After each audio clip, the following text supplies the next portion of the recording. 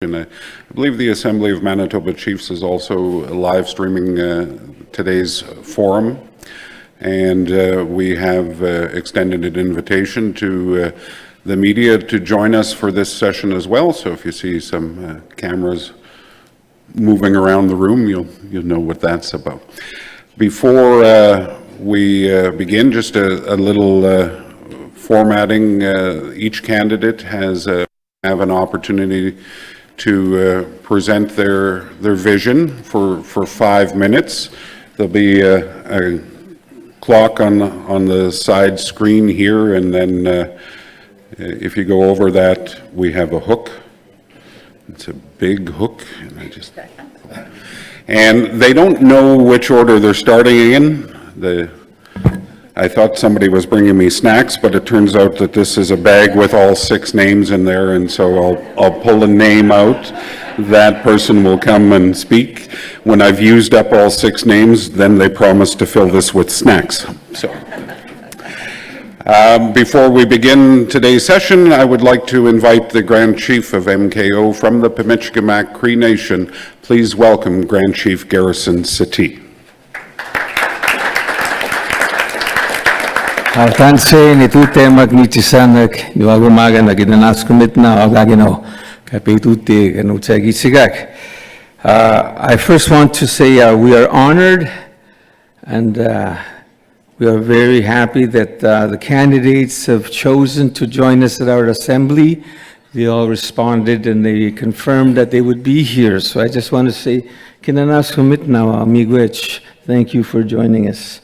It's an honor to have all of you here as we go into a very important time in First Nation leadership.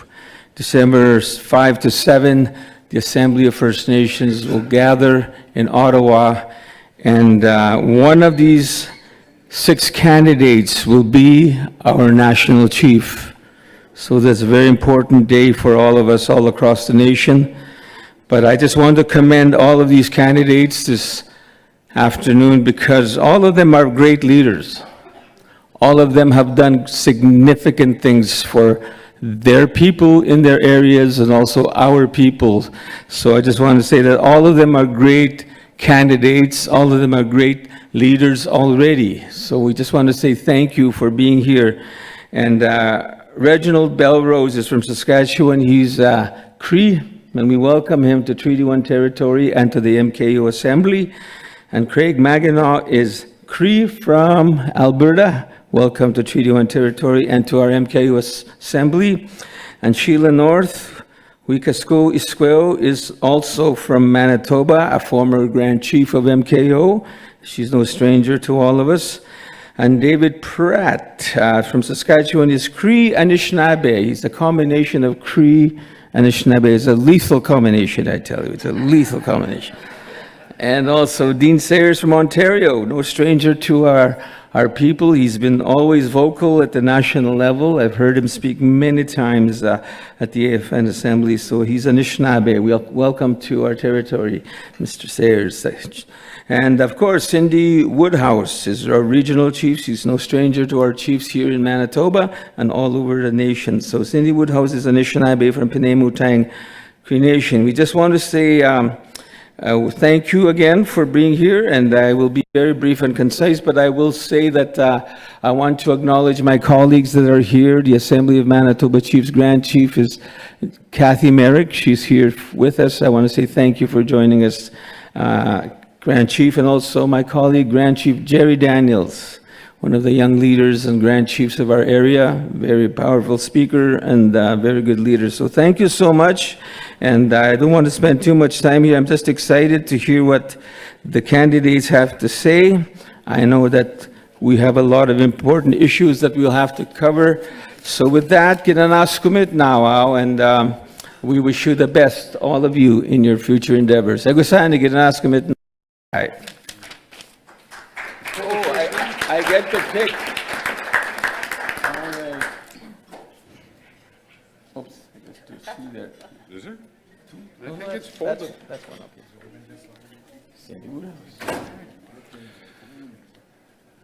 The Grand Chief drew our first door prize.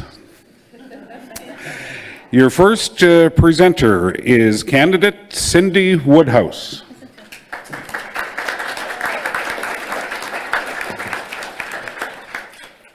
Well, good morning. Good afternoon. Is it? Oh, it's still morning.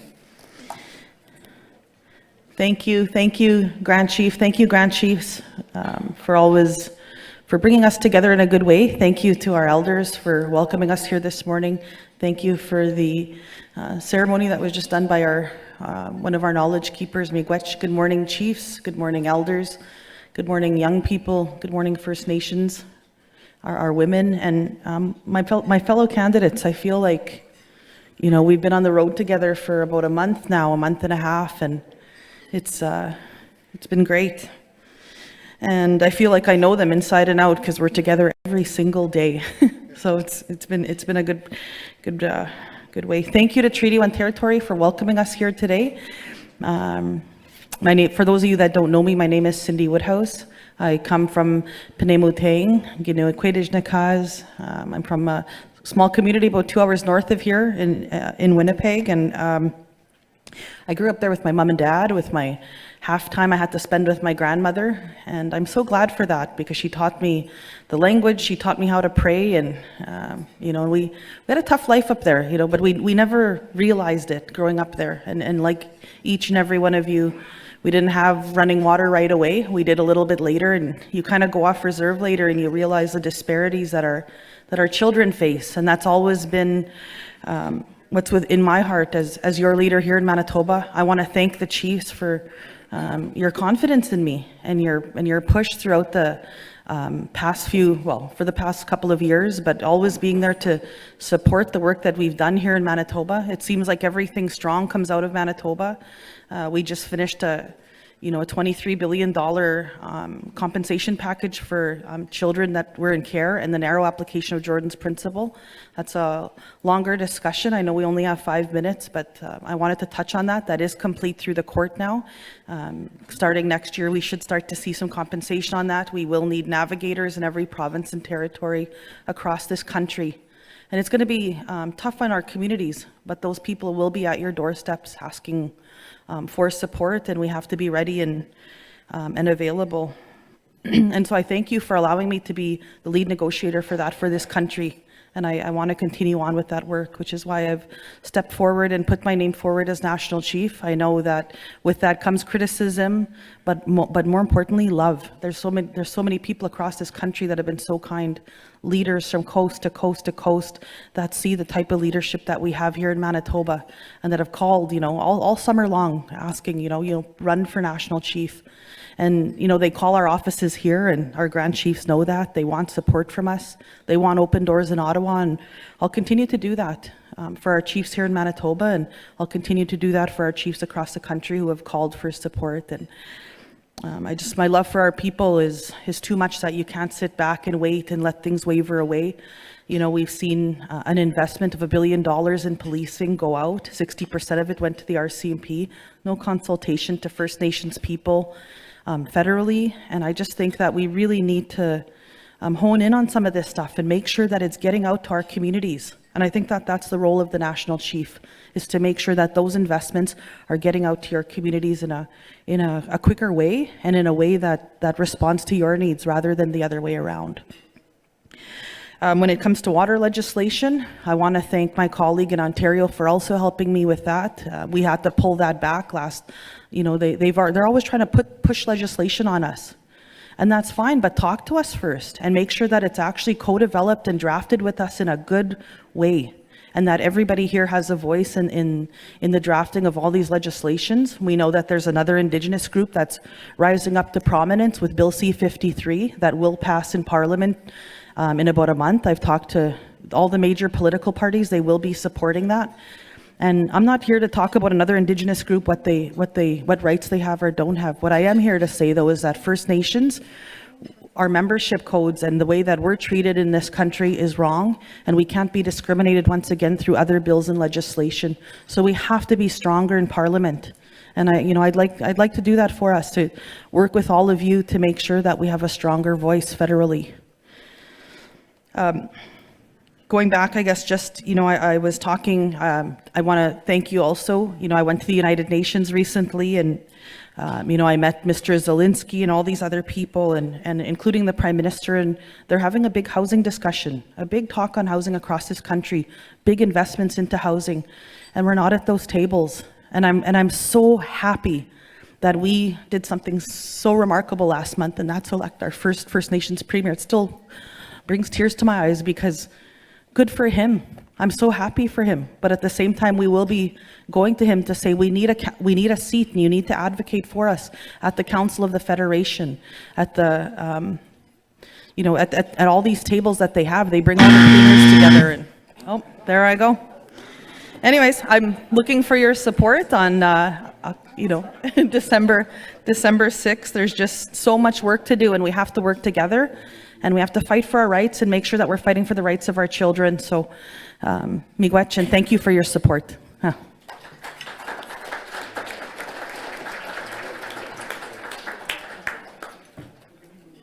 Thank you, Cindy. I didn't realize we had the big sound effect there, but. Grand Chief Merrick has pulled our next name, and the next candidate presenting is candidate Sheila North.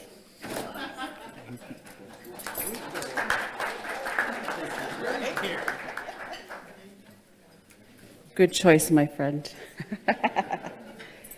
Danse, kinatamiskatino, kakino, Sheila North is nagason, misted ka gigiskenimidino, egamina metabu e big yan tamastahon.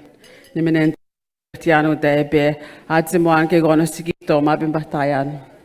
so happy to be home. I'm so happy to be home with the beautiful MKO, the staff. My fellow candidate here says, wow, the MKO staff are amazing. And I said, I know, because you all are. So I'm thankful to be here with all of you in Anaskaban, and I'm grateful. And I wanted to spend the next few minutes talking to you about my reason to run for this position, because you know me already, and you know I know the issues. You know I'm a journalist from a journalist background. You know I come from an HR background. You know I'm a mom. You know I'm a kukum, and I take these roles extremely seriously. That is why I keep fighting. That's why I keep answering the call when elders, our knowledge keepers, and our leaders from across the country ask me to step up in this way. I don't do it for glory, and I can tell you it's not a glorious thing to run and lose.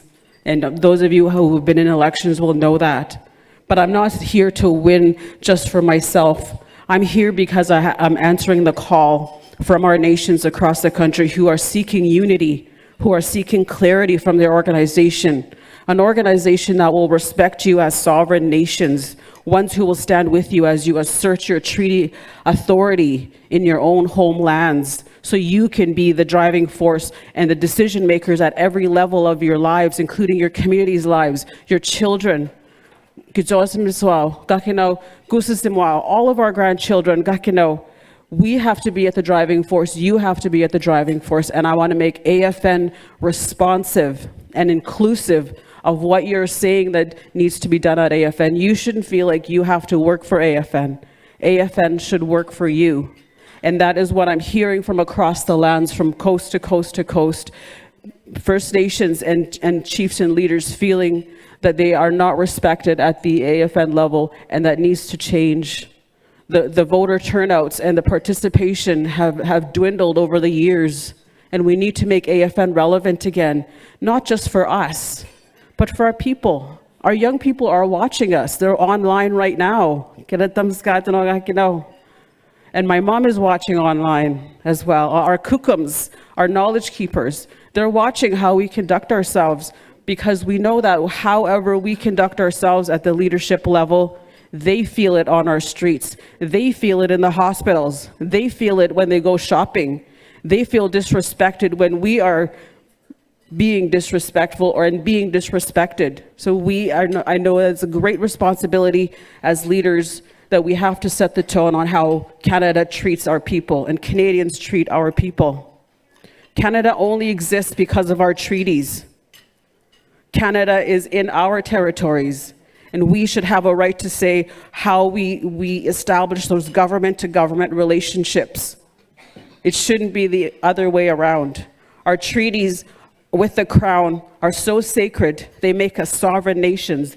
And now we see the provinces trying to take what we have, claiming that they are sovereign. We see it across the country, but we know that's not true. We know the sovereignty and the power from our treaties come from us as treaty rights holders, and that's where it needs to stay. And with me as your next National Chief of the Assembly of First Nation, I will bring back the organization that respects your treaty sovereignty, that stands up with you when you need to fight. I'll step aside when you need me to, but I'll speak up when I need to, because you know I can speak truth to power. You know I can call the elephant in the room and slay it with you. You know I can do that, and I want to do that with you. I love you all, and I know we've had an interesting relationship, and I still love you all, no matter what.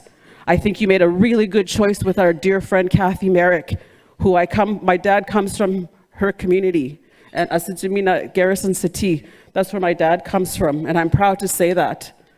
And he was a former chief and one of the first Indian agent kicker-outers in our lands, and I'm proud to come from that history. Thank you very much, and I'm also proud to stand with you with Elijah Harper's, the late Elijah Harper's feather. It came from the same bird he had when he stood up against Meech Lake Accord. December 6th, vote for me, Sheila North. Take a sip.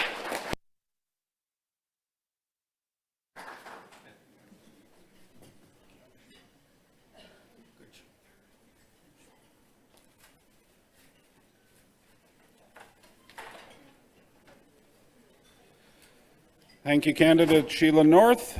Our next candidate was drawn by Grand Chief Daniels. That is candidate Dean Sayers.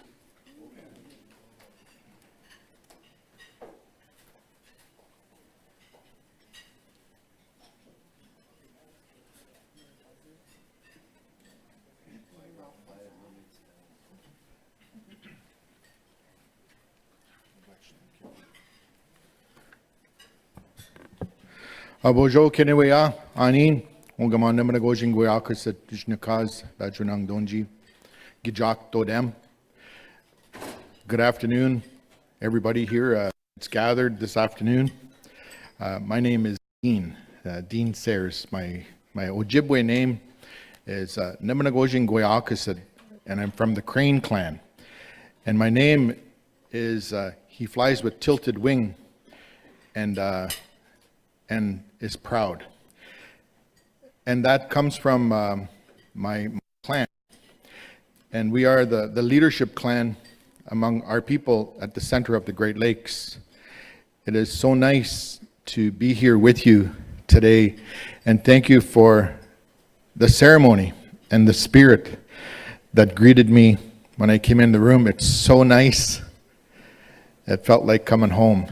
And when I came in and I sat at the back for a few minutes, and I watched and I saw that beautiful row of elders sitting there. And for me back home, when I was the chief up till just a few months ago, almost 20 years, the elders continually reminded me of who we are and said, don't worry about that Inyanak, you need to come and have a cup of tea with me and listen to what we remember about our relationship. Remember our inheritance, our jurisdiction. So it was so nice to see the elders, and it's so nice to feast with them today. It's really nice to see you, and I can see my grandma back there. I can see my father back. I can see the spirit of our people here in this beautiful gathering today. So miigwech for your beautiful, beautiful welcome here today in Manitoba. Thank you to the Grand Chiefs for that nice welcome as well this morning. And as you can understand, I'm Anishinaabe. I, as a leader among the Anishinaabe, have accepted a sacred responsibility, obligation to protect our land, our language, our law, our people, our spirituality, our way of life. Those are the attributes that make us nations. And it's so important for us to continue to pursue the protection of those things and make sure they're alive for the next generations. As nations, when we entered into the treaty relationships with the newcomers to our lands, we had insisted that we protect those things. And back home, what I realized was that our inherent rights, our inherent obligations were never surrendered in any treaty. We never gave up the right to manage the water. We never gave up the right to manage the forest. Those are our relatives. We never gave up those obligations.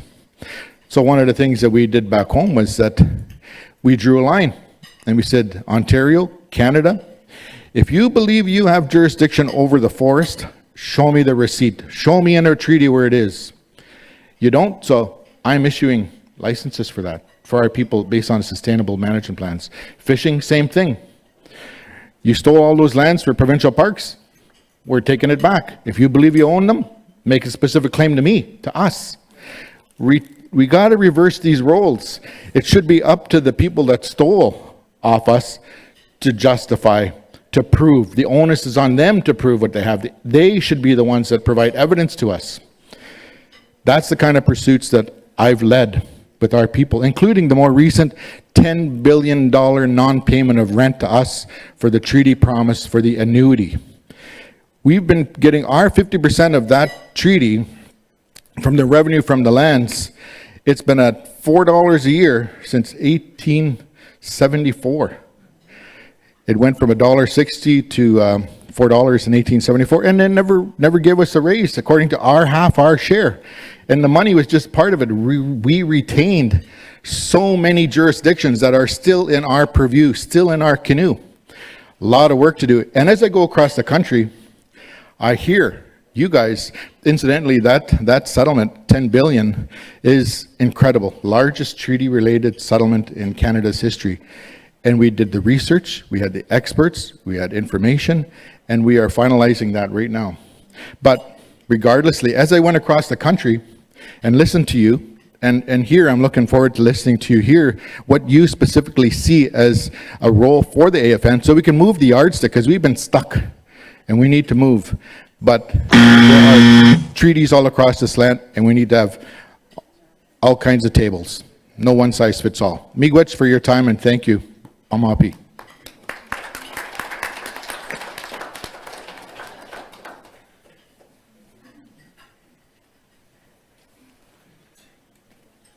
Thank you, candidate Sayers. The Grand Chief Settee has drawn our next name. It is candidate Reginald Belrose.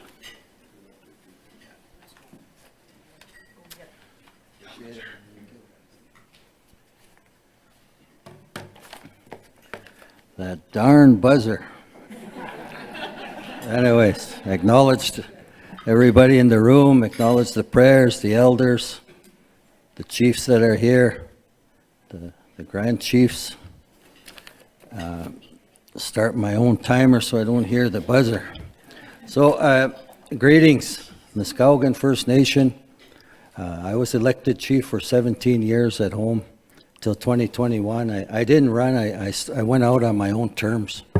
And just here to share very briefly the reason for running, and I sat in the chairs that you sat at, and candidates used to come to me for that vote too, right? So I was told, Phil, Fontaine, all these people, there's only one thing I ask of you. When you see me, come and shake my hand. I don't need your flights, I don't need your rooms, I don't need all that fancy stuff. But so that's what I'm committing here to the chiefs that are in the room. It's a tough job, but if I see you, I'll come and shake your hand if I'm successful. It's the most basic form of respect. For Manitoba, for the North, one of my key platforms is funding and meeting the unique needs of Northern First Nations and remote First Nations. You should not be funded as Southern First Nations are. You have differences. That needs to be reflected in your funding when it comes to housing, mental health, training, access to primary health care. That's all different from the southern perspective. So that's a key priority that I have. For the Manitoba First Nations, one of the most profound times, and I spent a lot of time at the Assembly. I moved some key resolutions, and sadly, as I'm going across the country, a lot of the chiefs were strangers to each other. It's unfortunate, because you don't have time to talk or meet. Everybody's going. But I was there for nearly 20 years.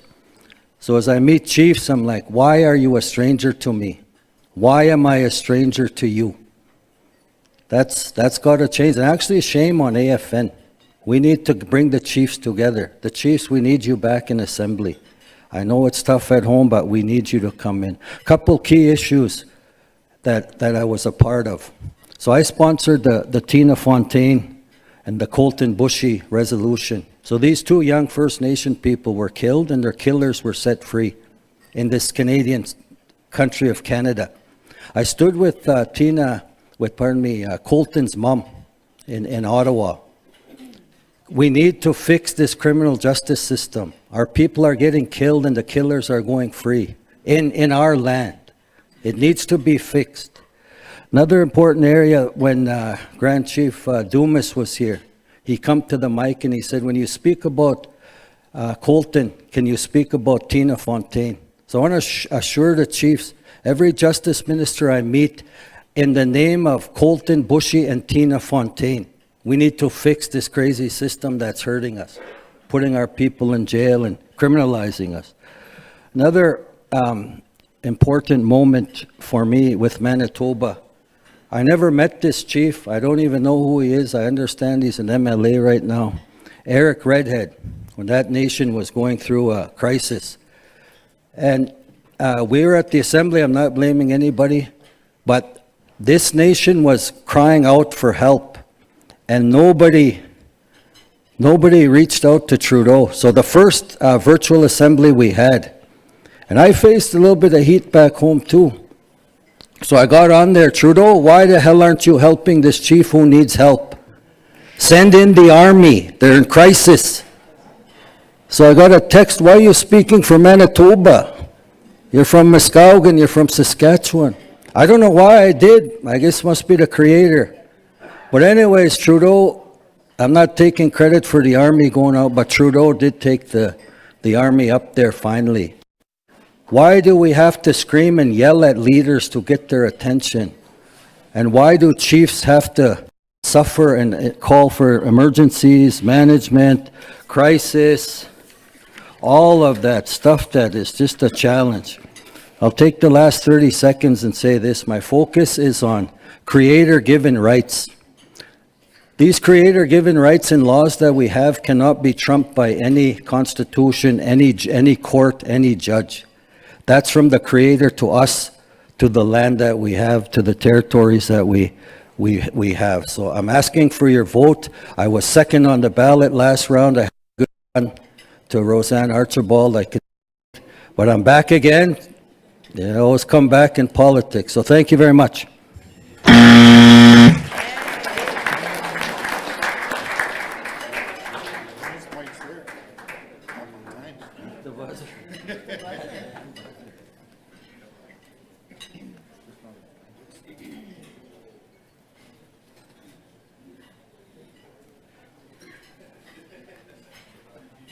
Thank you very much, candidate Belrose. Grand Chief Merrick has drawn our next name, and please welcome candidate Craig Mackinac.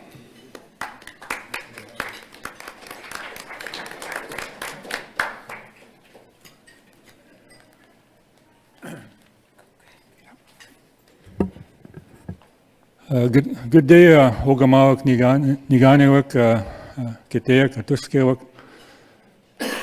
I'd just like to thank all of you for being here today in your territory. Being here with my fellow candidates, we've gone to a lot of forums, but I guess one of the comments I'd like to make is with everything in AFN right now, it's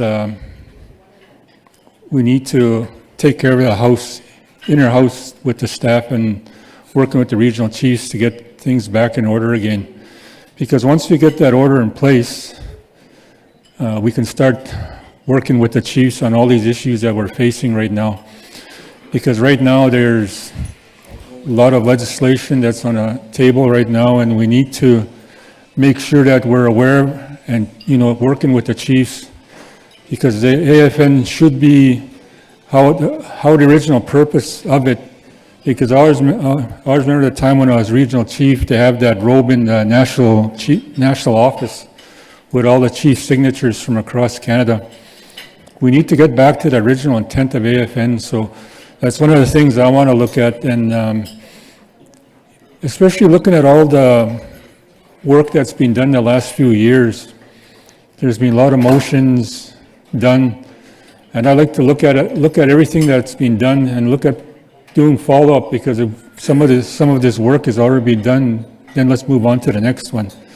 Because I've heard over the years, even when I was chief, these motions have been on the floor for 30, 40 years. Now it's time we start moving. And one of the things I want to do too is look at different ways of having the national office working, especially funding-wise, because if we're hearing that these 10-year grants are coming to an end, so we need to find different ways so that the national office and, all the bands across Canada can find long-term funding, because if we're being threatened with, being a fourth level of government and signing off, we need to find different ways to promote our treaty and enforce our treaty inherent rights, because that's the key. We don't need to follow what the government is, trying to make us go down that road. Because I know there's one of the motions that are on the floor at next week meeting is the Recognition Act. So we need to follow that and promote it, because if we don't need the government to tell us what to do. We just gotta follow through on what our elders tell us, and we just gotta exercise our treaty inherent rights. And I think that's going to be key as we move forward, because there's so much that's on the table, and we need to have an effort where we're all together at the table discussing these issues, because I believe in teamwork, and teamwork will get us to different places where we can get things done, and that's what I want to do. Because once we do that, we'll be a better AFN working for the chiefs. Because one of the comments I've been hearing too is the national meetings. They're too, they're, as we all know, day 3, all the chiefs are leaving for their flights home.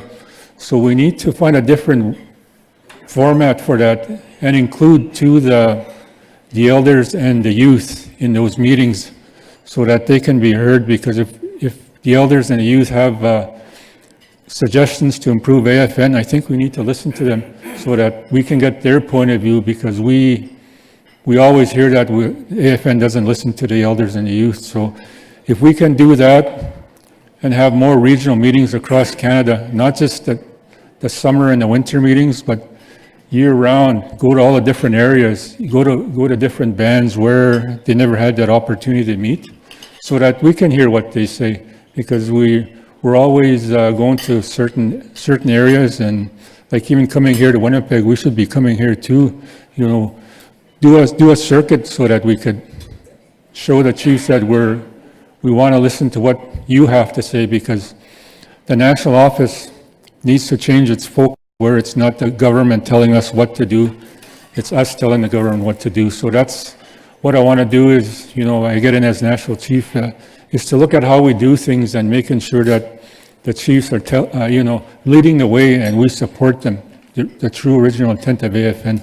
So that's what I want to bring to the table. So, I think I'm probably going to hear this buzzer here in a couple seconds here, but, I just like to thank you again for being here. And I remember coming here years ago. But anyways, thank you again, chiefs, for having me here. Hi.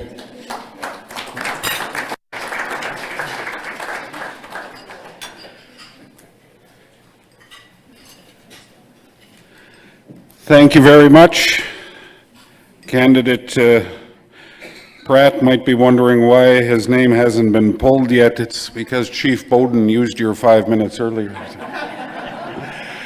Please welcome your final candidate, Vice Chief David Pratt. Thanks, Kevin. First of all, kind of feel like we're on the Family Feud or something with that buzzer.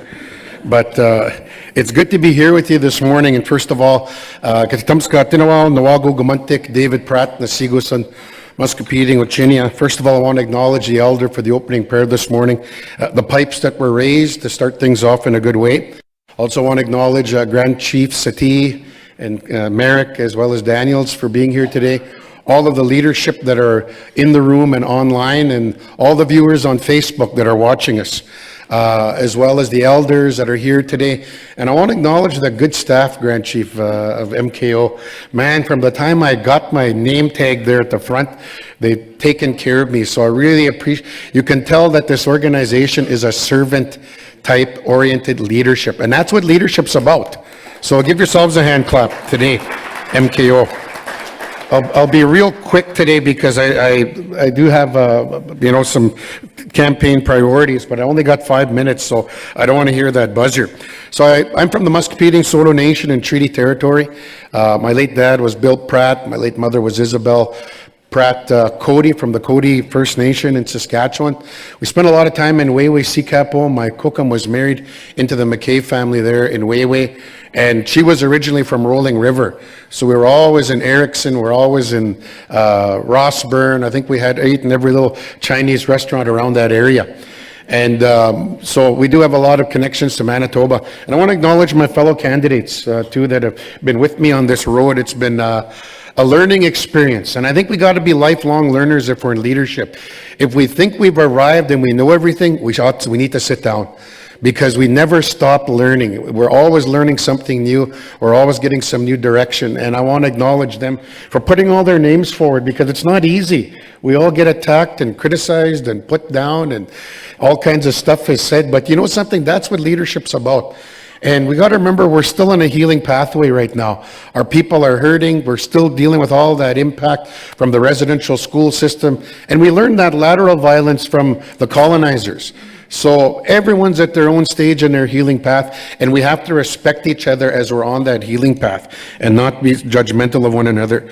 So I want to thank you for giving me the opportunity to speak. I decided to put my name forward because I believe in the AFN. I believe in our institutions. I believe in our organizations that have done great work. And I know that there's been some challenges the last 2.5 years.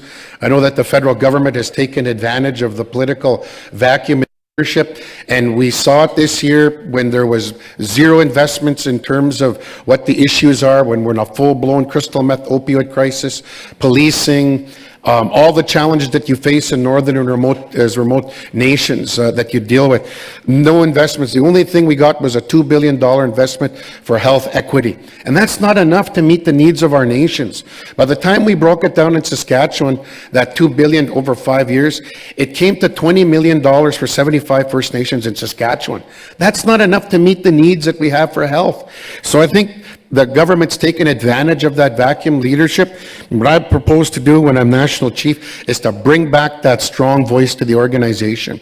Give the chiefs a voice around the table. You're the ones the organization was established for, chiefs. It was established for self-government. It was established for self-determination. It was established for promote, protect, and defend treaty and inherent rights and implement those rights. But it was also established to protect the lands and resources. And I heard the stories about Walter Dieter when he was the first president for 1 year there in the late 60s. It was a struggle when that organization first started. He had to literally mortgage his own home to meet the payroll because there was no funding. We didn't have BOC agreements back then with the federal government. We were starting to organize and get developed. So we have to realize, bring that voice back to the chiefs, recognize there are problems with the secretariat and with the organization, fix that, make our staff feel safe, but also give our chiefs that greater voice that they need. When we look at how the organization is set up right now, even our assemblies, we get going and we do all these honorings and reports day 1 and day 2. Then day 3, we're struggling to keep quorum. And we have to omnibus 30, 40 resolutions at a time. And if we don't get them done, then they go to the executive to be dealt with. Let's get the honor song, let's get the elders welcome and prayer, the regional welcome, the national chief brief comments, and let's get right into the chief's business on day 1 and 2, and save all the reports for the third day, so we're not wasting your time, your energy, and your money at the assembly. So that's one of the things I plan on doing on day 1. Another thing we're going to implement is Resolution 13 on the harassment. Let's get that working group and committee established ASAP right away so they can start on the implementation of that. So there's a lot of things we can talk about, but my time's up. We can't do it in 5 minutes, but I ask for your support next week. I'll work hard and I'll be the best that I can for all of our people. Miigwech.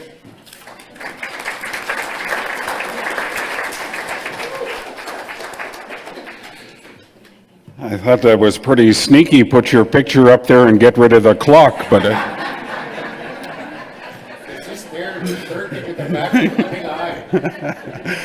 how about a big round of applause for all 6 candidates for joining us here today?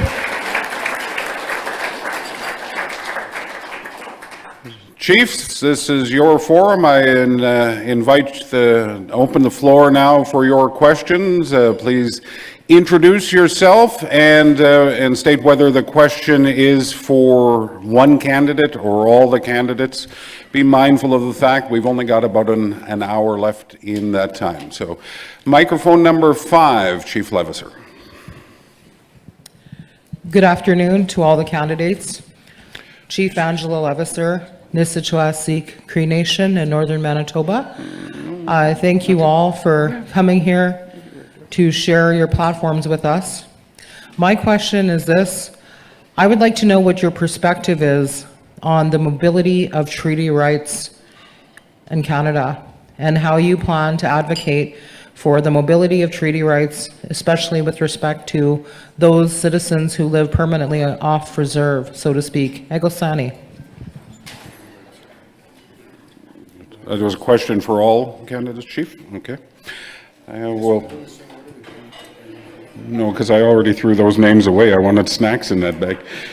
We'll start with, we've got 2 wireless mics up here, so we'll start with candidate north and go down this way, and then we'll come back on this side, and we'll just kind of reverse it when we go. So wireless microphone number 2. Hello. Oh, it's on. Okay. Thank you for the question, Chief Levasseur. And yeah, this should have happened already. Our treaty rights should be applicable everywhere we live and anywhere we go to. We know this is an idea that I've heard from our region here in Northern Manitoba, that we should be able to take our treaty status everywhere so our people anywhere can access, because we were nomads. We were people that moved around wherever we needed to have access to the resources and the food that our families needed. So it is our inherent right to be nomads, and we are nomads, and we should be able to take our mobility rights everywhere we go. We know that in some provinces, we're hearing that you get tax exemption for certain things. We're starting to see a little bit here in Manitoba, but I think we also need to sit down with each of the provinces and also the Canadian government as a government-to-government basis to say that enough is enough, that we need to see our treaties respected everywhere we go, that we have the rights to these lands, and anything and everything that was made wealthy, and any corporation and any person that was made wealthy is because of our lands and resources. So we should be tax exempt from everything that our families need. And that might be a controversial statement to average Canadians who don't know and who don't appreciate who we are as original people, but it's the truth and it's the fact, and I would stand with you as you make that assertion across Canada. Hekuse. Thank you very much for the question, Chief.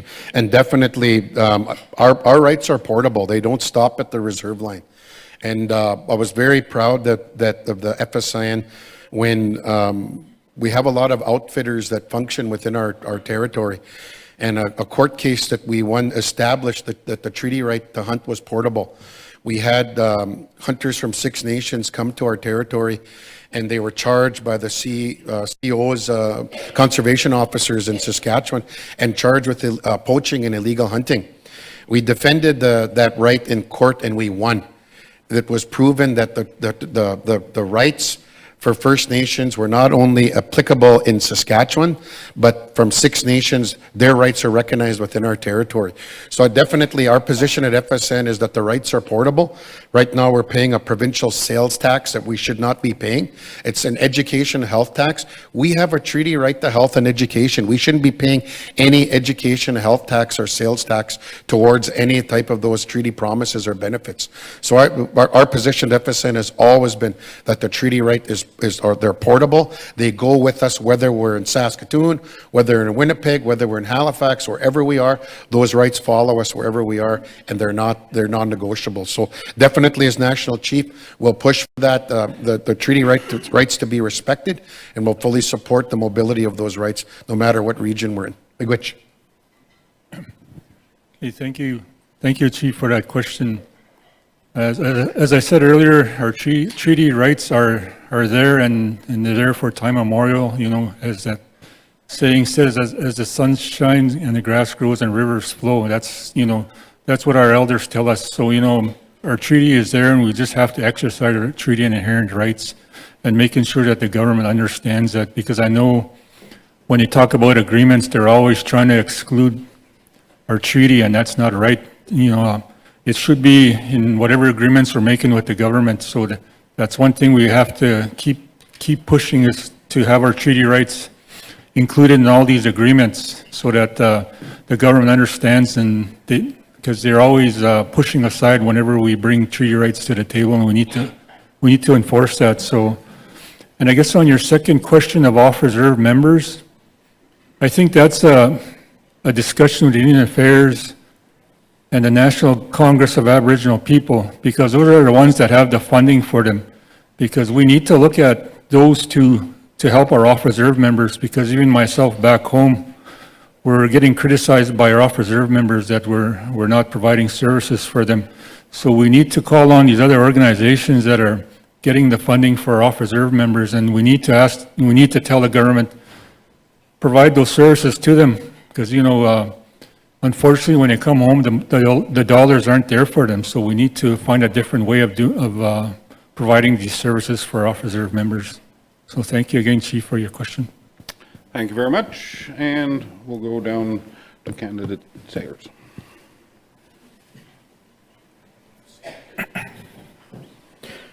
Miigwech, Chief Angela, thank you for your question. And I really want to also say thank you to my SEMA that guides me and helps me, and even how I organize my mind around these kinds of really important questions. And back home, probably been almost 20 years as the chief there. There were swear words at our council table. When we weren't allowed to talk, we wouldn't talk about certain things. One of those was consultation. The other one was on reserve, and another one was off reserve. Those were colonial terms. They're not our expectations. With our First Nation on the northeast shore of Lake Superior, everybody was treated the same, no matter where you lived in our original lands. And we even extend those to wherever they live in North America. Even our post-secondary students would be able to get post-secondary education, whether they're in Australia, United States, wherever. We determine how we look after our people's needs. And we were really deliberate and intentional in being able to exercise our inherent rights that we reserved as a people within our treaty relationship. And I see that right across the country, that we have reserved expectations. We have to put wheels on that bus. We have to create a plan. I went to Valley Village this morning. I bought this suit coat. It's a pretty nice suit coat, eh? and I took out my status card, like in Ontario, and I said, tax exempt. And the guy looked, what's tax exempt? I said, well, we paid the biggest price to share our lands, and I consider that a tax. We prepaid all our taxes. We shouldn't be paying any taxes to the foreign government. So he said, oh, that's really interesting. Yeah. So there's a lot of work to do from coast to coast to coast. And no matter which province, wherever I am, I use my card. I ask anyway, because we have already prepaid all of these taxes. And I'm not going to, if I can, pay taxes. And The mobility of the treaty rights is just that. We have that right to travel throughout Canada and exercise our expectations, including the medicine chest. We use that across the country right now from Treaty 6. And those are the prices we paid to share our lands. And we need to get organized. We need to change the focus of the AFN to be able to make sure that what we expect comes to fruition. There isn't one size fits all. We have to be able to be unique in bringing forward what we need for the AFN to pursue on our behalf. So I'm looking forward to this type of work with treaty implementation. Miigwech.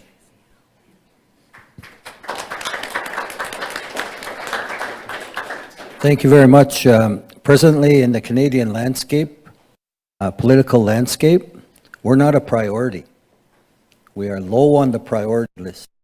So as national chief, what I would do is say, hey, we need to be a priority government. We're not the bottom of the bottom like you put us. We have to promote that presence in Ottawa is for one thing, to let them know that everybody in this room, we're a priority in this country. And as everyone's talking, oh, Poilievre's coming, it's like the fear, right? This is the thing with the blue government, is they try and make one education act and they try and make us all fit in there. What we need to do with the next government, if it is the Conservative, stick to our God-given rights, our creator-given rights, that we are the first people here, we have rights, we're portable, and just don't make us be a one-size-fits-all. Sean Atleo, that was tough on him as national chief. While he was in Alberta promoting the Education Act, chiefs were in Ottawa pushing in the doors at the Parliament. A lot of you remember that. Some of you were probably there. Our forefathers prepaid in the exchange for settlement. Here's one of the critical focuses, Chief. It comes down to funding. So a First Nation needs to be funded for total population, not just for residency. Because when those people in Winnipeg can't pay the rent, where do they go? They go to you and your council with a letter requesting rent, power. They can't meet the needs for the food. Affordability is a big issue for families right now. Even before inflation, we were struggling. We're struggling now with inflation. Funding, you need that experience at those tables. Quit funding this underfunded model that you have. When we were in Montreal, when Trudeau was running, some of you in the room were probably there, he said, I will lift the 2% cap. Took him a while, but then in Montreal, I think the chief from Fisher River will remember, he didn't tell us he was going to cut somewhere else after he lifted the cap. See, they're sneaky buggers, right? They're sneaky people. So when they say we're going to lift this, we need to ask, where else are you going to cut if you lift that? Thank you. Thank you. And I have to say, all six of us together, we bring strength. Thank you for the question, Chief. When it comes to, I agree with the speakers before me on, chiefs being funded for total population, both on and off reserve. I absolutely agree with that. That's something that we have to push. We have to continue to push that on, even the final settlement agreement that we're going to have to start talking about very soon on child welfare. Is 2,500 enough? They're always just trying to put it on reserve. That's something that we have to fight for total population, because those people are calling you every single day, like Chief said, for their rent, for food. And I've watched that growing up my whole life, watch our people at the door, and it doesn't matter what time of day. But when it comes to this issue as well, though, we do have some court cases that we have to rely on. The Corbeil Supreme Court decision, it gave Indians the right to vote for chiefs no matter where they live. And so next up is, we have to, rights to follow, right? And so our treaty rights are, it doesn't matter where you are, they're portable. Also, there was a case last week, and I'm just starting to study it now. It's a big, long case, but I was happy. These two men in Quebec, I believe it, in Toronto, and they were shipping tobacco over the border. And one of them got 21 years sentence, another one got 15 years. They used their treaty, and they went to court. And I'm so thankful they were let off, And that was thrown out of court because our treaty is inherent, and it's forever and ever and ever. As long as the sun shines, the grass grows, and the rivers flow. And when we rely on that, it'll be interesting if, I bet you the province won't pick that case up to take it to the Supreme Court because it's a strong case. But I uplift those people for that and for that work. And we're going to unfortunately have to, this isn't the end of court for us. We're going to be in court again and again, but we have to protect ourselves, and we have to watch and make sure our experts and our legal experts and our policy people that are around here are watching for us, because there's so much stuff that comes through every single day that we're protecting our rights and protecting our interests for the next, for the generations yet to come that are going to come after us. Miigwech. Thank you very much. And Chief Sayers, it's Value Village that we shop at. It's the high-end version. Our next question, Councillor Crane, microphone number 2, please. Good afternoon, candidates, everybody. I want to ask a question.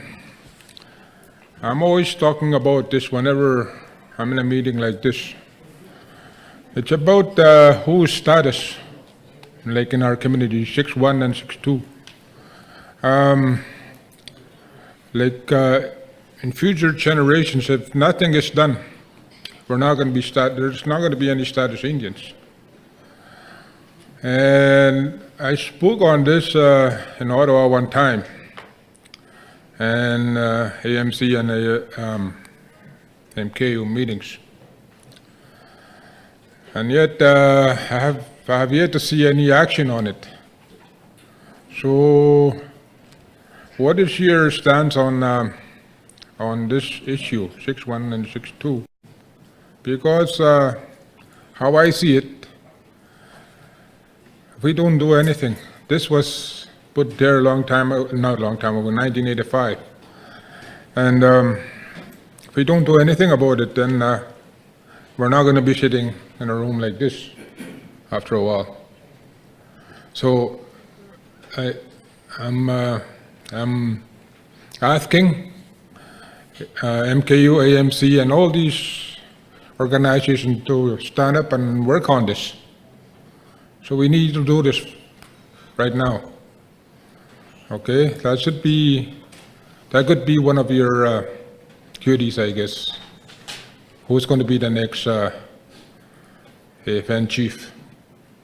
Thank you. Thank you, Councillor Crane. We'll start in reverse order. So this time we'll start with Cindy and go down this way, and then finish with Councillor with candidate Sheila North on this end. So just a complete reverse of the last time. Yeah, thank you, Councillor Crane, for that. That's an important question, because you're right. Every one of our families is affected by this now. We have children that are non-status. We have to fix this, and we have to fix it once and for all. And I think that number one, we're going to need a legal strategy, and we're going to need a political strategy. And I know that the minister's going out there right now. They've come to even Manitoba already to ask, let's try and fix the membership code. And that's great, but it has to come from us, and it has to come from our people and from within. And no matter what, 20 years, 20 generations from now, forever and ever and ever, my grandchildren, my great-grandchildren, and so forth, they come from, my grandfather, who was Chief Richard Woodhouse, who signed Treaty 2 in 1871. And, they can't take that away from us. And the way that they're infringing on our membership is discriminatory, but they're trying to allow other groups, Indigenous groups, I'll say, not First Nations. First Nations were distinct. We're sovereign. We're a very distinct group of people. And for this Bill C-53 that's coming down, we have to fight that. And I know that, like I said, it's going to pass in December. We have to now lobby Senate, whoever the national chief is, come December. We have to have a strong political position on this, and a legal position on this. And unfortunately, we're not done at court on that either. This is why the minister is out there running around trying to fix this code right now, is because they're continually being sued from everybody. And if they're going to pass Bill C-53, we're going to be in court yet again. And so, it's frustrating, but we have to keep on trying this. I want to uplift many of you that were here I think there was about 15 years ago, there was a good paper written from the Assembly of Manitoba Chiefs, if I can ask Grand Chiefs here to look for that paper and, maybe put it around our tables once again, and that's our position on membership and membership codes for our people. But we have to occupy the field and take that over once again for our people instead of allowing them to tell us who we are. Miigwech. Yep. Thank you for the question. I'll start off by saying that this is racism. This is a classic example of racism in the country. So now you need to sign 2 forms, both parents, to get registered. And a lot of these parents now, they're not in the shape. They're drugged out. There's problems, and most of the grandmothers and caregivers are trying to chase them down to get them to sign these forms. And it's a racist system. So I think first of all we got to call racism. And what I propose as a solution is that we bring in these regional meetings, we bring in the grandmothers and caregivers, because they're the ones that are saying, I can't afford their prescription now, because they're not registered. But they're in the homes, living in reserve, living with the caregivers in the cities. And these caregivers can't afford prescription, so who do they phone? Chief Belrose, chief's in the room. I can't pay for the prescription for my grandchild. Because, and this is a deeper problem too, is they are now in care because they don't want their grandkids and family going into the system. They're not getting their family allowance either, right? It's a problematic situation we're in. We're going to be Indians with no rights. And in Ontario, they know the exact dates because they've done the formulas. They know when they're not going to have any more registered Indians. So sovereignty, we got to determine who our people are. But we need immediate action in going around to these caregivers. What do you see? I have a cousin in Keewatinowi. He was chief for about 10 years. Him and a counselor signed about 30 forms so these children could get their status. He had to go talk to his wife. If someone comes here and say, I'm the dad, he said, we did this so these young children could get their status. That's what's happening right now at the nation level. It's urgent and it's critical. So I thank you for raising that important point. Miigwech Kima, thank you. In 1850, when the Robinson-Huron Treaty was signed, the Crown brought a bag of money. They gave it to us, the chiefs. We looked after collective needs, and we gave some money out. Within 4 or 5 years, the Crown said, well, if we're going to be paying those bills, we want to look after the list, and we'll pay them, because your list changes all the time. We were enacting citizenship, our law, our determination, our reserved inherent right. And right after 1850s, they started removing people. For one thing in our area, if you were on the American list, you couldn't be on the Canadian list. If you were on the Canadian list, you were taken off the American list, and they kept taking people off. If you married non-native, you got taken off. If you wanted to have a doctor, my mom would say, in the village, everybody had the same doctor. No matter what was wrong with you, you all got the same white pill. No matter what you did, the Indian agent, the priest, and the doctor were in cahoots, and one way out was not be native, and then you could get another doctor. All these things forced people out of our communities. If you wanted to join the army or fight for the foreign wars for Canada, you had to give up. There's so many things that were illegally done, and we couldn't fight them till the 1950s. Till the 1950s, we could actually hire lawyers to fight them in their foreign government legal systems, the illegal assumption of jurisdiction. And since that time, we've been able to have a lot of things happen. So people that should have been Anishinaabe have actually been able to come home now. Yes, they've been added to the rolls, but the Crown hasn't paid the additional money that's owed to look after our people that should have been according to the numbers that we had been able to, or should have been able to put forward from the beginning of the treaty time. So it's a lot of work to do. An assertion of citizenship jurisdiction is priority. I hear it all the time. Pretendians is another one. people taken our reserved expectations, rights, funding, jobs, taking on roles in many places, teaching in universities that aren't even native, pretending they're natives. Again, like, this is abusing us continually, left and right, wherever we go. So we do need to be united across the country. Citizenship is our creator-given right. We need to do the right thing collectively. And what we had talked about back home was we need to, as leaders, need to look after our actual needs rather than these little envelopes that only take care of a small portion of our people. And in order to look after the actual needs of our people, we have to have economies. We have to create economic development. And then we'll have money to look after our actual people's needs. Because we're responsible too as leaders. We have fiduciary obligation to our people. It's not just Canada that has to pay the bills. We have some obligation as well. And we'll see them in their court. And when I went to their court, I said, hold on here. Before I go to court in your foreign assumed jurisdiction, I want to let you know that I'm going to give your incestuous court system a fair chance to give me a serving of justice. If I don't get that there, I'm asserting my reserved jurisdiction to have my own court system in my community. I'm not putting all my eggs in one basket. I'll hopefully see justice out of that, but if I don't, you'll come to my court. We'll do it here. Because we got to be careful with recognizing their foreign jurisdiction, their foreign legislation. Those are not supposed to be imposed on us. We're not Canadian. We have treaties with them. So we got to think that way nationally, coast to coast to coast. And I've been successful in doing that. And I can help you right across the country with all the numbered treaties and all those new modern treaties, historic treaties, pre-Confederation. We can get united and we can assert and we can be successful. We're not Canadian. I'm Anishinaabe. Miigwech.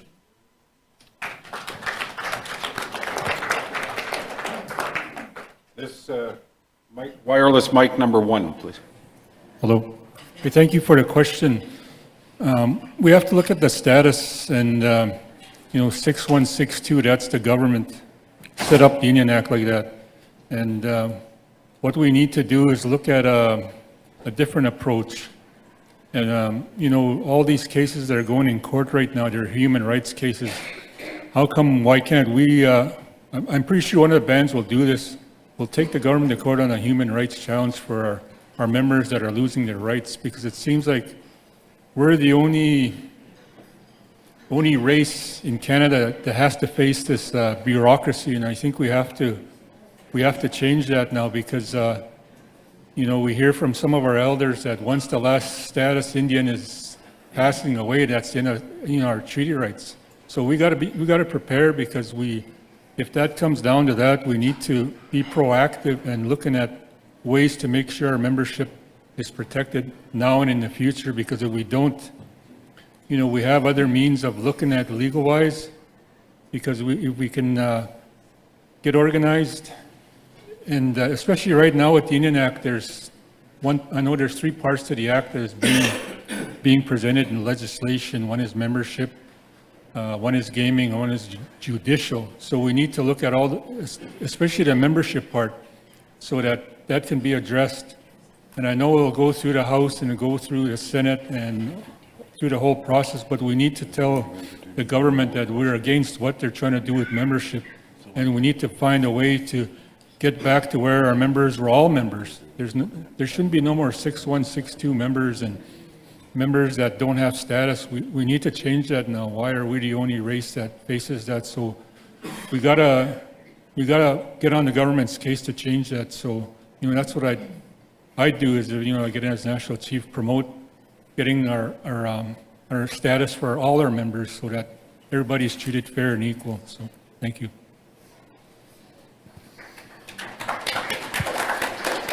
Thank you very much. Thank you, Councillor Crane, for that question. And I think what we have to realize when it comes to membership is that the treaties are the foundational agreements. They're not domestic treaties, they're international treaties made from nation to nation with the British Crown. Sacred obligations that we made not only with the Crown, but with the Creator. The Creator was a part of those treaty negotiations when those pipes were lifted. So that's the perspective we have to come from and the position we have to take. Remember, treaty is the foundation for everything. But we need to decide as First Nations who our members, our treaty members are, not government. And immediately as national chief, I'm going to be pushing government. We're not pushing the 6162 treaty membership anymore. It's up to our nations to decide who their members are. If the Métis Nation of Manitoba can decide who their members are and handle their own membership code, why can't we? What's the difference? Chiefs, you should be deciding. We have chiefs right now whose grandchildren are going to lose status or don't have status because of 6.1 and 6.2. So it's something that I pledge to immediately take the government to task on when I'm national chief, to make sure we have developed a framework, we implement our own membership codes, and we decide who our citizens are, not the government.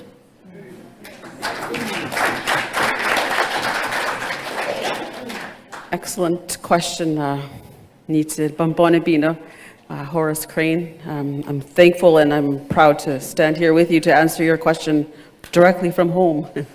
And it's hard to imagine that my grandson would never be recognized as an Innu from our community. I can't imagine that, and his future children. And what you're talking about is about racism. It's about assimilation, continued assimilation, and we know that that's a tactic that the government has been trying to play in our families and interfere in our families over and over again using legislation. And we know that's a racist policy among all of the other racist policies that seek to tear down our families. We should be in charge of who we say is our family member. We should be in charge of the membership lists. The way they are governed right now is illegal when we test it against our treaties. It is an international protected treaty right to say who our family members are, and we have to stand up to say that, to assert our authority. And we can't allow the government to continue to do this. I think we ought to call for a moratorium on all the legislations that don't apply to us, that do not honor our treaties and inherent rights. A moratorium to make sure that we have a say with every piece of legislation that the government hands down, even this water bill that we're hearing about. We should call a moratorium on it and say, bring it back. We don't want co-development. We want to design these legislations first, and then you adhere to it. We don't want co-legislation. We're hearing that across the country. We're not a department of the government. We are sovereign nations. We say who our people are, we say who we are, and we stand on these treaties. And on December 6th, which is 1 week from now, I hope you'll stand with me, vote with me for Sheila North for Assembly of First Nations, and I will be proud to say I come from our beautiful lands and territories. Thank you. Thank you very much. The candidates have had graciously agreed to be with us until 1 o'clock, and we've just passed 1 o'clock. Having said that, do you think you could squeeze in one more question? Yeah? Okay. Chief Levisser and Chief Brown are both waiting. Do you want to arm wrestle or? Chief, hey? Time limit to answer. They want you to put the buzzer back up there. Chief Brown, microphone number. Also, Kevin, we Yes. started late. So I think we didn't start at 1 o'clock. So I'd like to respectfully ask that we have another at least 15 minutes with the candidates, please. Okay. That'll work? That'll work? Okay. Chief Brown, brief answers, and then Chief Levisser, who's getting questions texted to her by chiefs. Okay. Thank you. Thank you for extending that. Maureen Brown at Tisaniga Sunu Pasqua Uche. My question is, what are your plans, or how will you move forward with all of this pan-indigeneity that is happening? There needs to be a distinction, and I'd like to hear your plans. Reverse order. We'll start again with candidate North here with wireless mic number 2, please.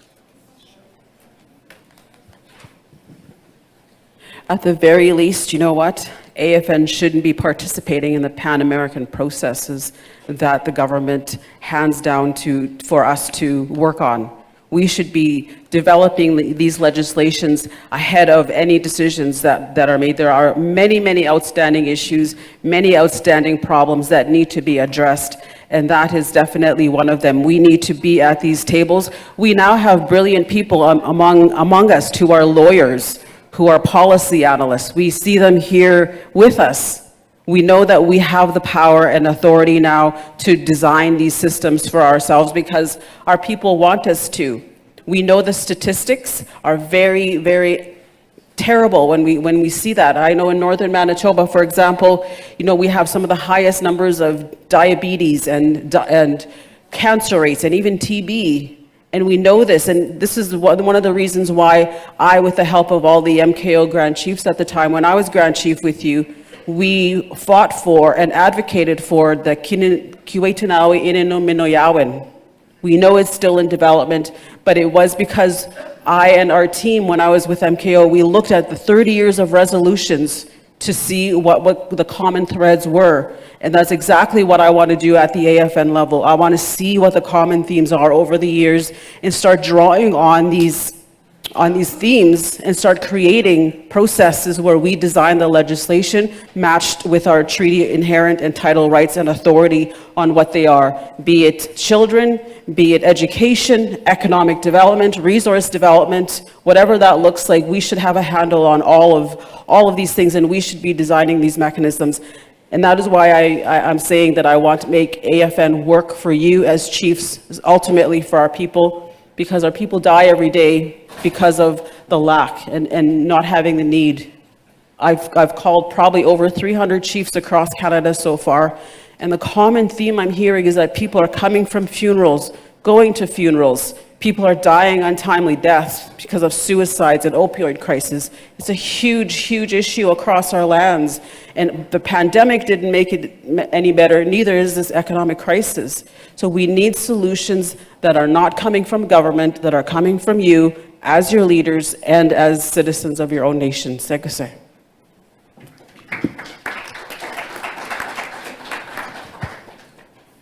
Thank you. Thank you for the question, Chief Brown. And definitely, we need to take a distinctions-based approach. We are distinct nations in Canada.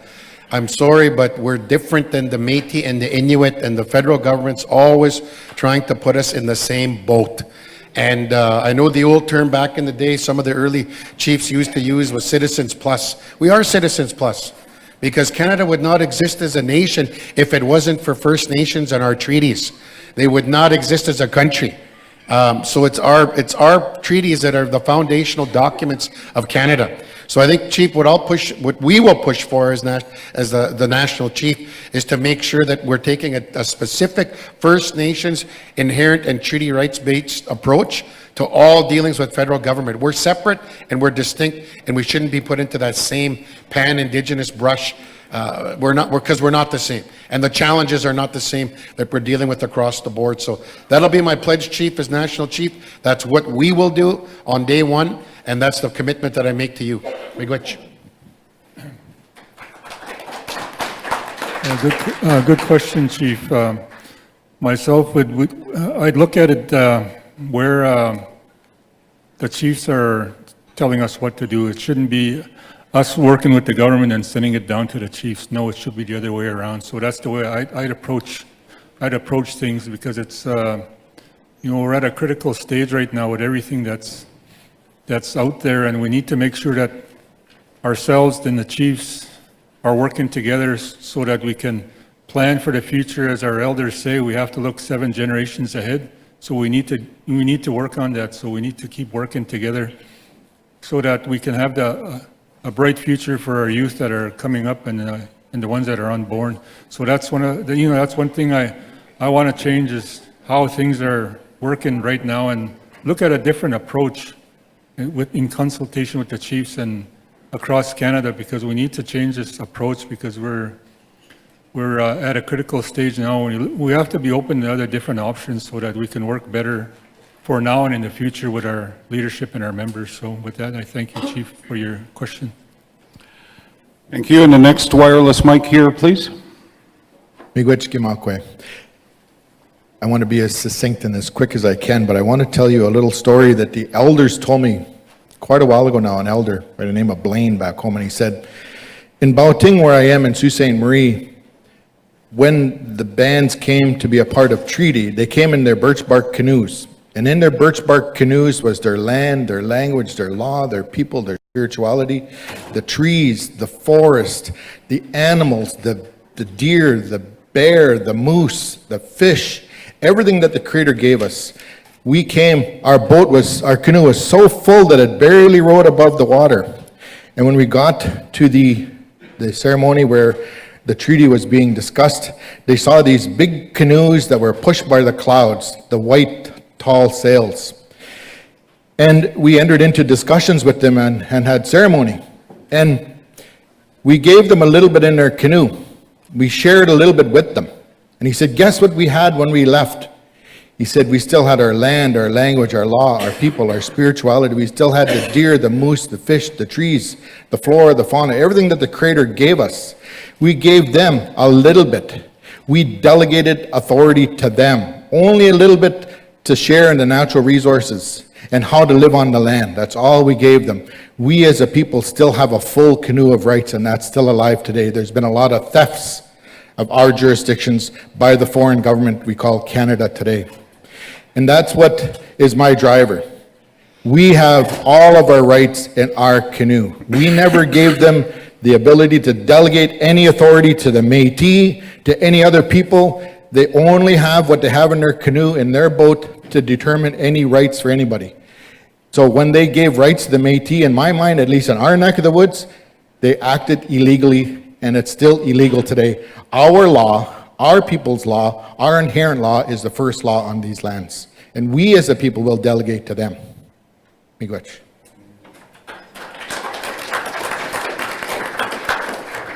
Thank you for the question. I believe that we need to stand on our Creator-given rights. You know, the system that we're in, nations make treaties don't make nation.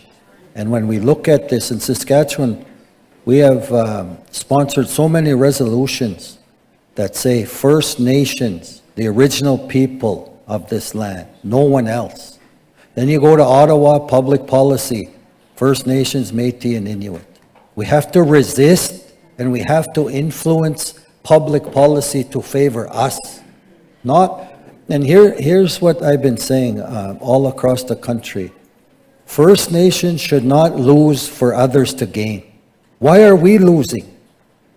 Because we have so much, they think they come and take all of what we have, lands and rights. So Chief, very quickly, Creator-given rights, influence public policy. That's what the AFN is supposed to do. Chiefs do not want us included in this melting pot. Now where do they steer us? Oh, well, they can have the same rights through Section 35. Section 35 doesn't come from the Creator. That no one else has, including the Quebec, who say their sovereignty trumps First Nation sovereignty, is we have our Creator-given laws and rights, Chiefs. Thank you.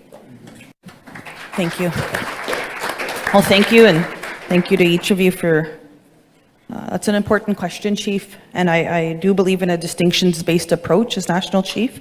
I also believe one of the biggest challenges facing the Assembly of First Nations, and I told the press this yesterday, is that we have to restore the prominence of First Nations issues in the public eye. In Ottawa and internationally, the AFN must amplify the voices of First Nations, keep our issues front and center, and mobilize our collective strength to protect the future of all First Nations children. So I told that to the press yesterday, and I know that we have to continue to educate, to advocate for our First Nations people, and to make sure that when things come at us, that we have proper political strategies and legal strategies to fight back. We also need to educate those people in Ottawa. I was talking to MPs a couple of weeks ago on Bill C-53 again, and I know that there was non-disclosure agreements sent to all of our chiefs here in Manitoba. Here's an MMF treaty. Here, sign a non-disclosure agreement before you guys can talk about it amongst each other. Those kind of things are wrong, and Ottawa has to know that they're wrong, and they need to be challenged, both in all levels of Parliament and including talking to the Privy Council to stop that behavior amongst us, to try and stop us from talking to each other. Those kind of things in Ottawa have to stop.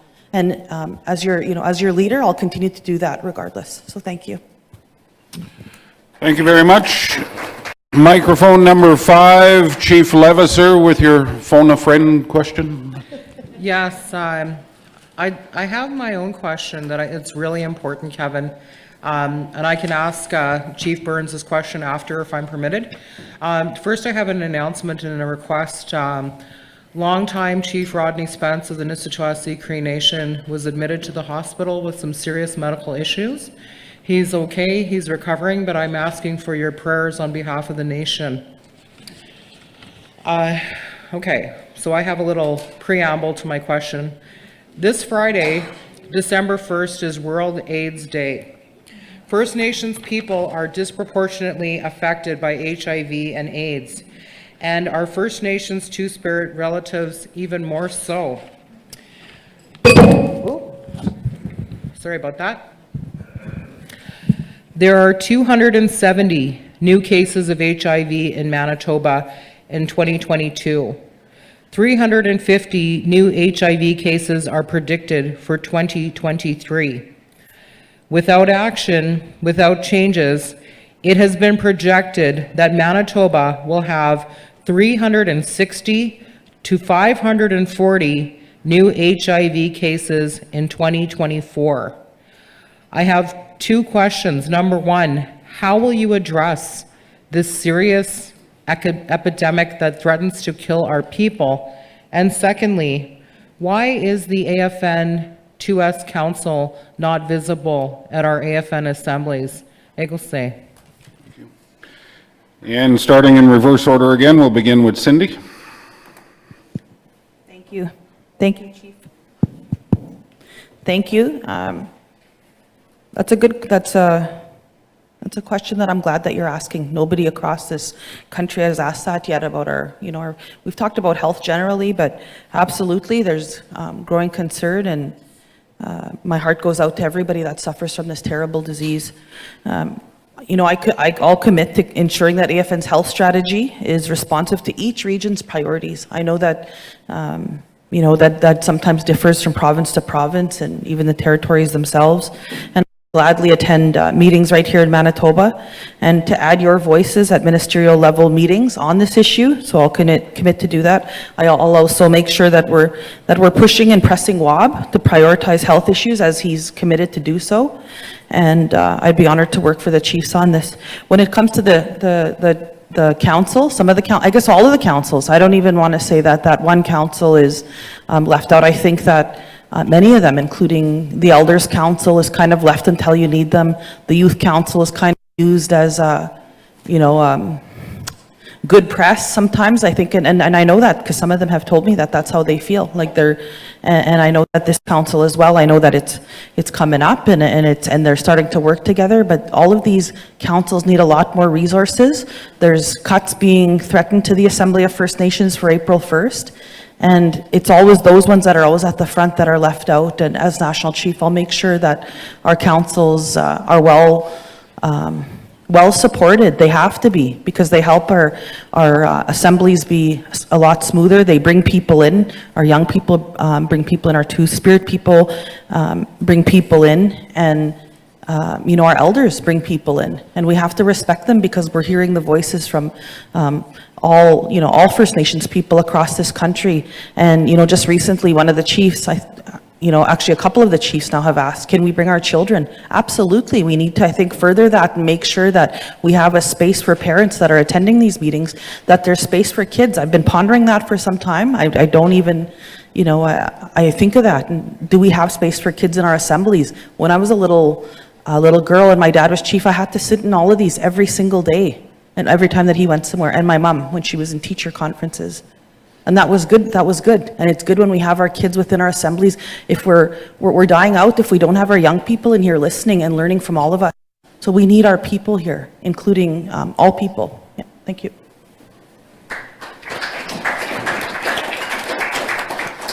Yeah, thank you for the question, Chief. On HIV, my family were directly impacted. I asked my daughter to stand to her aunt and My younger sister died of HIV, and her children, one that was born, it was transmitted to her through the birthing process. So we're directly impacted by that harmful disease, and it's scary. So through the community wellness, create awareness of the intravenous drug use, the unprotected sex. You know, there has to be a large awareness for this, because otherwise you're going to have families like ours standing over the grave, lowering your loved one into the ground. And those are not easy days when it's so preventable. So it's kind of emotional, right? This stuff is not easy to discuss, because you have to bear your own soul in these, when you're up front here. And you think, you know, she got traditional help, she got other help. I will share, though, that the daughter was healed through traditional medicine. She does not carry HIV anymore, but sadly we lost the mom. And that was before there was cocktails and, you know, all that new medicine now. It was somewhat of a strange disease, but when you see what it does, it ravages these people, it ravages them. When you lay that body into the ground, you don't even recognize who they are.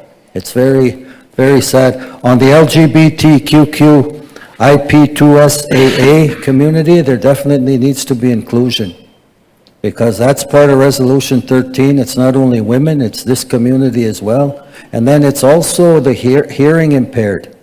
You know, the disability, the hearing impaired. Up front now, there's translators for those who can't hear. At one time, they'd come to the assembly, they didn't know what's going on. But now there's communication for them because there's translators. And I worked with that, there's a young lady out of Ontario who come to me and asked me, why does the Chiefs not care what we're doing? I don't understand. Not her, but through a translator, she was telling me this. So I said, I'll go up there and speak for you. So that's what we have to do as Chiefs, speak for those people who don't have a voice. And you all know that in the room, right? We have to be that voice. And the national chief in Ottawa can't sit there silent on all of these important issues. So that's why I'm here asking for your vote. Thank you.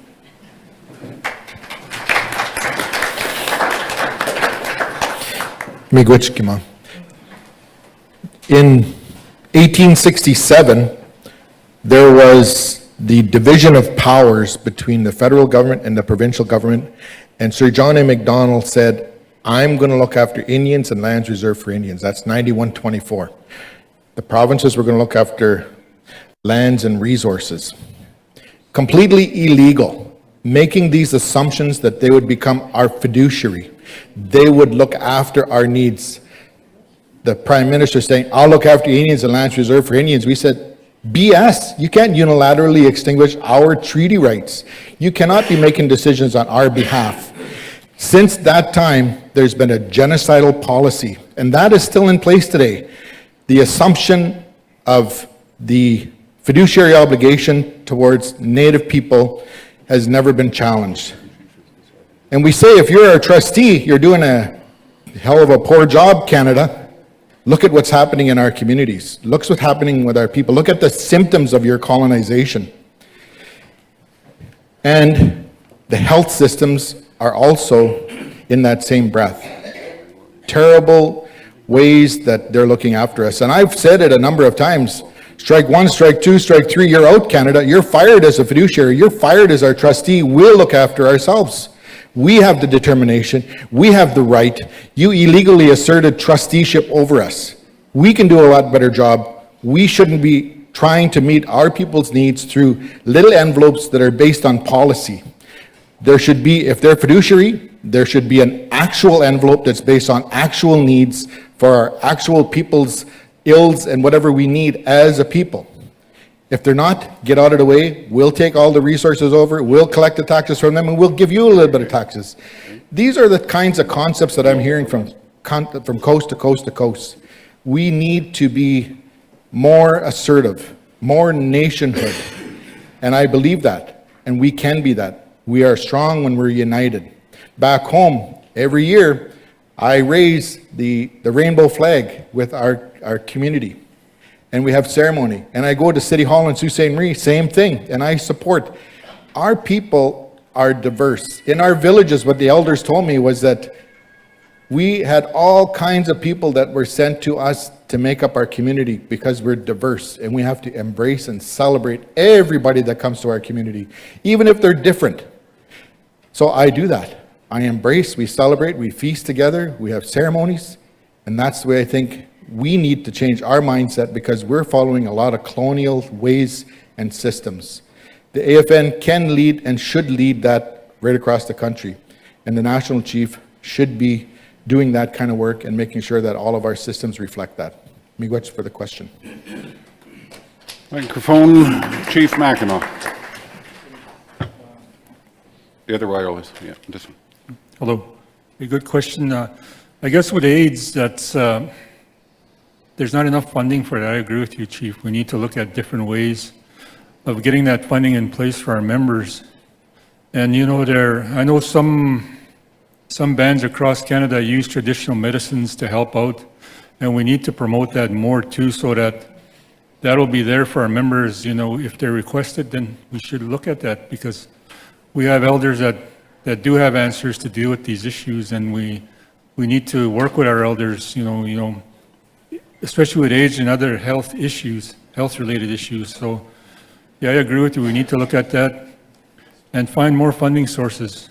And I think one of the ways I always look at is we need to break the federal-provincial transfer agreements in those 5 programs, and health is one of them. Because I always look at it, if we break those agreements, then those dollars will come to us across Canada. So that's one thing I've always, you know, wanted to do, or have support a band that will look at that, because once we do that, then we'll have long-term funding for our members in all areas, and especially health, because I know there's a moratorium on health across Canada, and we need to get that moratorium lifted so that we can have more hospitals on reserve, more treatment centers, you know, so that we can have those programs in place for our members, because unfortunately, they have to go to different towns and cities to get the services, and they shouldn't. They should be at home getting those programs and services. So it's a good question, Chief. You know, there's a lot more to that, and we need to work at that. So again, thank you for your question. Thank you, Craig. Thank you, Chief. Good question. Definitely, I think number one we need to do is do education, Chief. I think it's important. A couple of our First Nations I want to acknowledge on the good work that they're doing on HIV in Saskatchewan is Atakakup and Big River, the Know Your Status campaign. There is a lot of stigma around HIV right now, and a lot of HIV and hepatitis C that's spreading amongst our people is because of addictions, because of sharing of needles and you know, all of the things that go on within the trauma that our people are dealing with. So I think education is important. I think we need to push for that, but the resourcing for us to be able to do that. And I think when we look right now at the current healthcare system, it doesn't work for us. Every one of us know within this room, we send, and you as MKO, you send your people to the hospital. Your elders live in your nations. You send them to the hospital and you bring them home in a casket. That shouldn't be. We should have the best quality and access to healthcare and be the healthiest people in this country, but we're not, because of systemic and institutional racism and colonization. So I think as National Chief, what we'll be pushing for, Chief, is to make sure that our hospital, we're building our own hospitals, more investments for our health centers. One thing I was very proud of, Chief, because we face discrimination within the healthcare system. And I want to acknowledge the Children's Advocate Office for Manitoba that was set up, and the good work that they're doing here in Manitoba. We just recently opened, the Chiefs mandated us in 2017, the year I was elected, to get a First Nations Health Ombudsperson office set up. We just had the grand opening this past October 3rd. So now our people have a central place to go when there's racism, when they're not treated right, when the ambulances don't show up, when the elders are abused at the ER, at the pharmacy. Now they have an office that they can go to that's protecting the treaty right to health.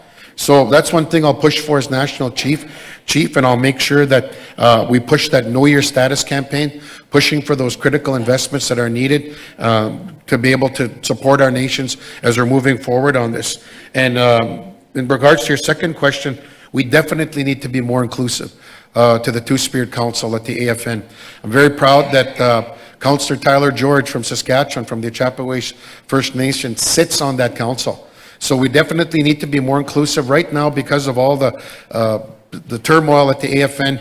The Women's Council has been neglected, the Youth Council has been neglected, the Elders Council has been neglected. We need to include, to make sure all 4 councils are included with the National Chief, and the pledge I make is to meet with them periodically to make sure that I'm hearing their concerns directly. What's the direction they think we should be going in?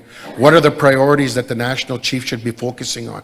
What are the most pressing issues that are being faced on the ground by the grassroots people? Because they know the councils are connected directly to the grassroots. So that's the pledge I make to you, Chief, is to include the Two-Spirit Council and meet with them regularly along with the Women's, Youth, and Elders Council too as well, and give them a greater voice in terms of directing the direction and priorities of the National Chief's Office. So thank you for that question. Miigwech.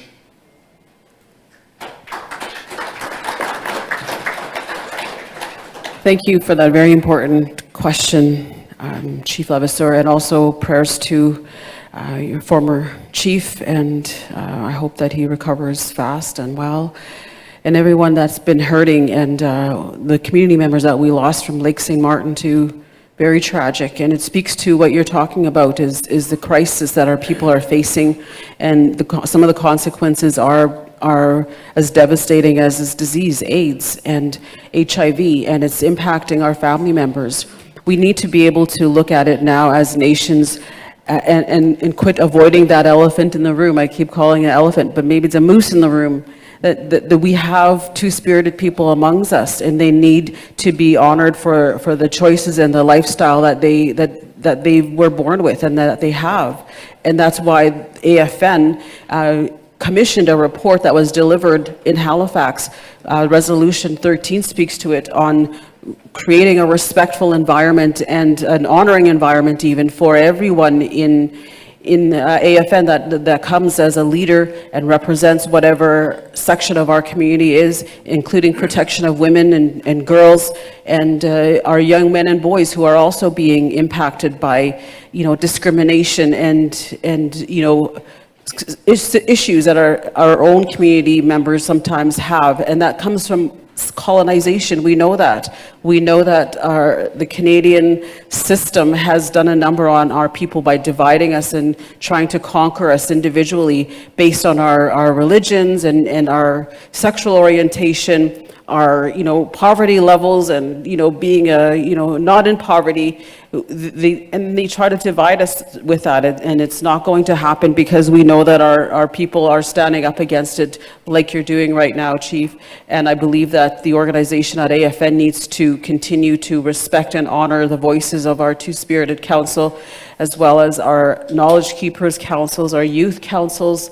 We need a better place for AFN so people don't feel that they have to take their issues outside of the organization to get help. This is a matter of respect. This is a matter of dignity. This is a matter of treaty rights and basic human rights to be respected for whatever you are and whoever you are and whatever you're dealing with. And they should be able to come to AFN with you to assert that. And it doesn't matter which government also is involved, Liberals, provincial, progressive conservatives, NDP, even the Greens if they were in power. It shouldn't matter who's in power. We should be able to assert our own authority and our own legislations and work with them to honor what we are saying and how we want to honor our own people. So it's a matter of dignity and respect for me.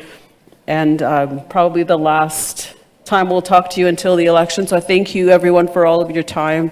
And I want to also honor my little grandbaby over there, Adonis. He is my driving force for everything that I do these days. I have blessed with 2 beautiful children, but now this guy, he's only 3 years old, but he's the vision that I have to protect when I look forward. And I imagine that's how our ancestors must have felt like when they made those treaties and they welcomed people in our lands. They were thinking of us, they were thinking of you, they were thinking of him. And I want to think of that way, and I'm honored to have this role as a kukum now, so I can have that view and share it with you. Vote for me, Sheila North, AFN. Well, you really take the last word to heart, eh? I want to invite our Grand Chiefs to close this session. Mods, I haven't even given them a bathroom break. Do you want an answer? 30-second answer. Okay. All right. I don't want to upset my fellow chief. Chief Wally Burns of the James Smith Cree Nation asks, how will you ensure First Nations involvement to changes that need to be made to the 1930 NRTA or Natural Resources Transfer Act? Egosani. Okay, answer that in 30 seconds. It should be done, and it has to be done, and we have to work with our provincial and federal treaty partners, the partners that are at the table, to make sure that we start to repeal that. I think there's nothing less that we can call for it is repeal it and give the authority and jurisdiction back to First Nations. And we have the ability to do that. It's a breach of treaty. It was done without consultation of our chiefs in 1930, so it needs to be overturned. We all know the spirit and intent of treaty. What our chiefs agreed to back then when we touched the pen was we agreed to share to the depth of a plow. That was what we agreed to. The treaty commissioner themselves said, all we need is the top part of the land for farming. So that's the position we take at FSN, is that NRT is a violation of treaty and that it needs to be overturned and revoked. We oppose the Sask First Act. We oppose the act in Alberta that was recently passed. We support our chiefs in Alberta on that position. And I'm really happy that you have a new premier here that's working with your nations. And I want to acknowledge Premier Wabkanu, who's made all of our people proud across the country and given our hope to young people. And I want to acknowledge that relationship you have with your government that'll be much different than ours. So pray for us in Saskatchewan. We keep up the fight against Premier Mo. Doesn't matter what they say, the resources belong to First Nations. Miigwech. Yeah, myself too, I support, fighting the NRTA because we did host NRTA in my lands earlier this year, and, I know there's a court case going on, so I support whatever bands are doing that because that's not right with the NRTA. And so we need to change that and have the resources sent back to our bands where rightfully it should go. So I support that. And the other one I haven't mentioned earlier was, besides NRTA, we need to look at the Indian monies because we all know about that, but that's a different story. That'll be a different time. So again, thank you for that question. Thank you very much. Wireless mic 1, I think that one is. Yeah, thank you for that. I agree with the speakers before me, and I just have to say, if the premiers don't want to meet, then we have to fight it out in court. I know that people have been pooling money together. It's nice to see, especially our 3 provinces, Manitoba, Saskatchewan, Alberta, come together in that way.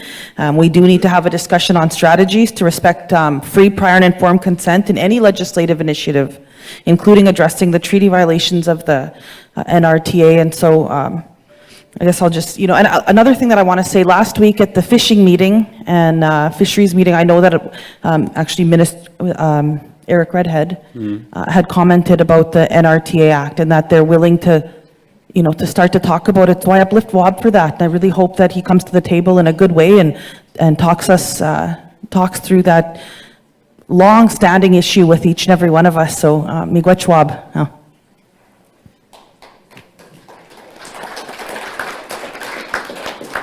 Yeah, thank you. NRTA is unfinished treaty business. The risk we have right now is so many knowledge keepers and elders are passing on so quickly. And we need to grab that knowledge while they're still here, while they understand it, because everybody has an interpretation, but the real understanding is with those elders through ceremony, and it's unfinished treaty business. Thanks for the question.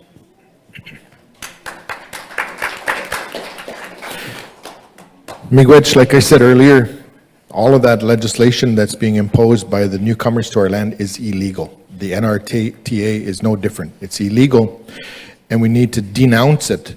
And to me, it doesn't matter if they repeal it or not, they can apply that where they have jurisdiction in my mind, maybe over in Europe somewhere. But here, this is our land, our law, and our legislation we create. We denounce it, we knock its legs out, it's got no value, we create our own declaration, we create our implementation plan, but in order for that to happen and to work, we all have to believe in what we have. So we have a lot of work to do to educate our own people around what we actually have. We need a strategy, and we need to have everybody involved in that strategy. We need to implement. We need to have conditions, and if it's not working, we need sanctions. We have to implement our law, and we can do that. We will create how we're going to share the resources, not the foreigners, not the new governments.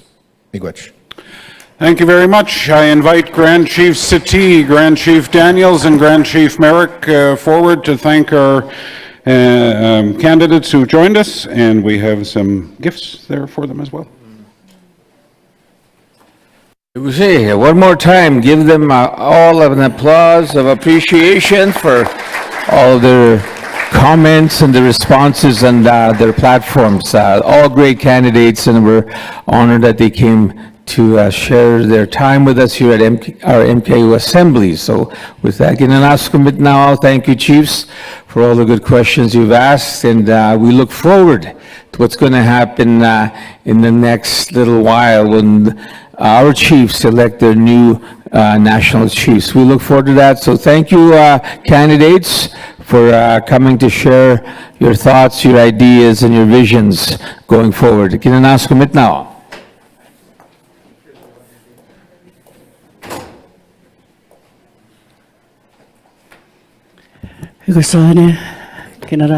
Now. I want to acknowledge our matriarchs that are sitting there, being able to ensure that the questions that were asked and answered were done appropriately.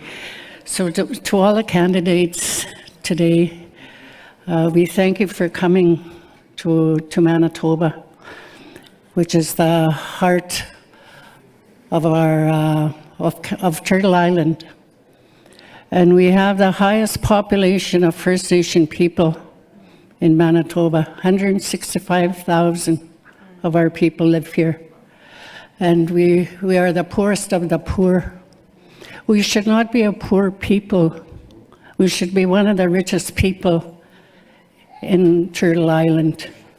We have the resources, we have our treaties, and I'm very blessed to be able to hear the candidates speak to that.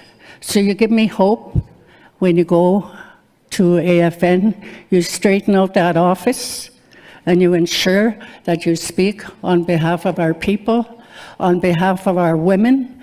We have 3 women that were killed within the last week, that were shot to death in this province, and that is something that has to be done.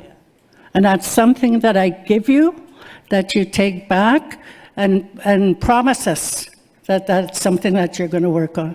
So I give you thanks on behalf of the 62 chiefs under the Assembly of Manitoba Chiefs, to which I represent. We wish you well. Next week, we'll see you there. We'll cheer you on. So, Thank you.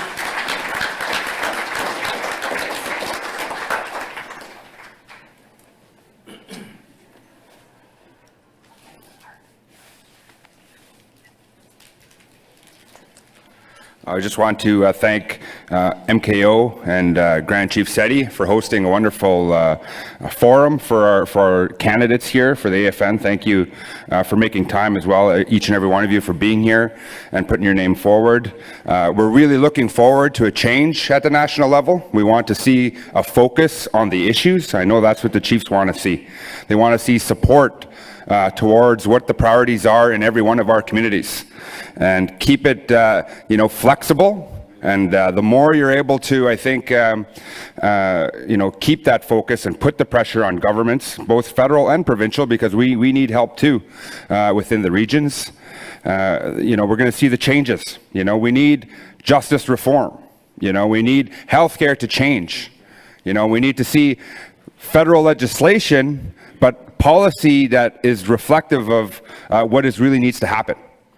Because you can have a really great piece of legislation, but you need people there to work with our communities in a respectful way.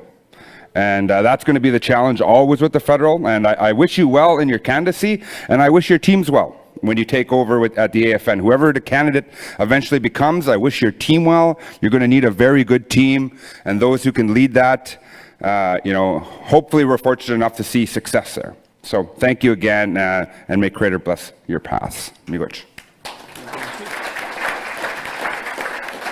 So the Grand Chiefs of Manitoba would like to show our appreciation to all of the candidates, and we have gifts for each and every one of them. I'm going to start this way. I'm going to invite Dean Sayers from the Ojibwe Nation to come and receive a gift on behalf of MKO. Thank you. We are honored that you came to join us. Miigwech. Appreciate it. All the best to you. And then Belrose. Thank you so much for your time and sharing your thoughts with us at our MKO Assembly. Yeah.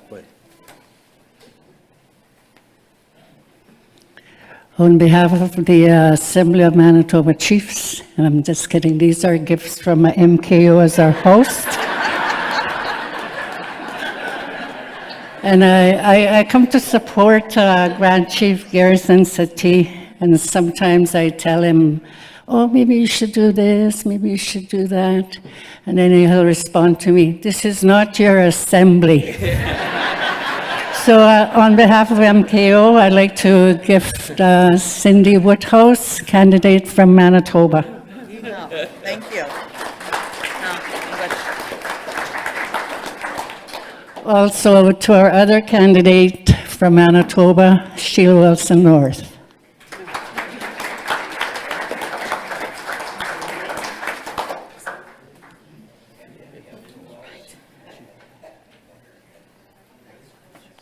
All right, I guess I'll do the honors here for Vice Chief Pratt. All right. Thank you very much. Appreciate it. I don't know this one very well. Dean? Is it Dean? Craig, sorry, Craig. Mackinac. Okay, I haven't met him yet, so I don't know him yet, but we'll gift you anyway.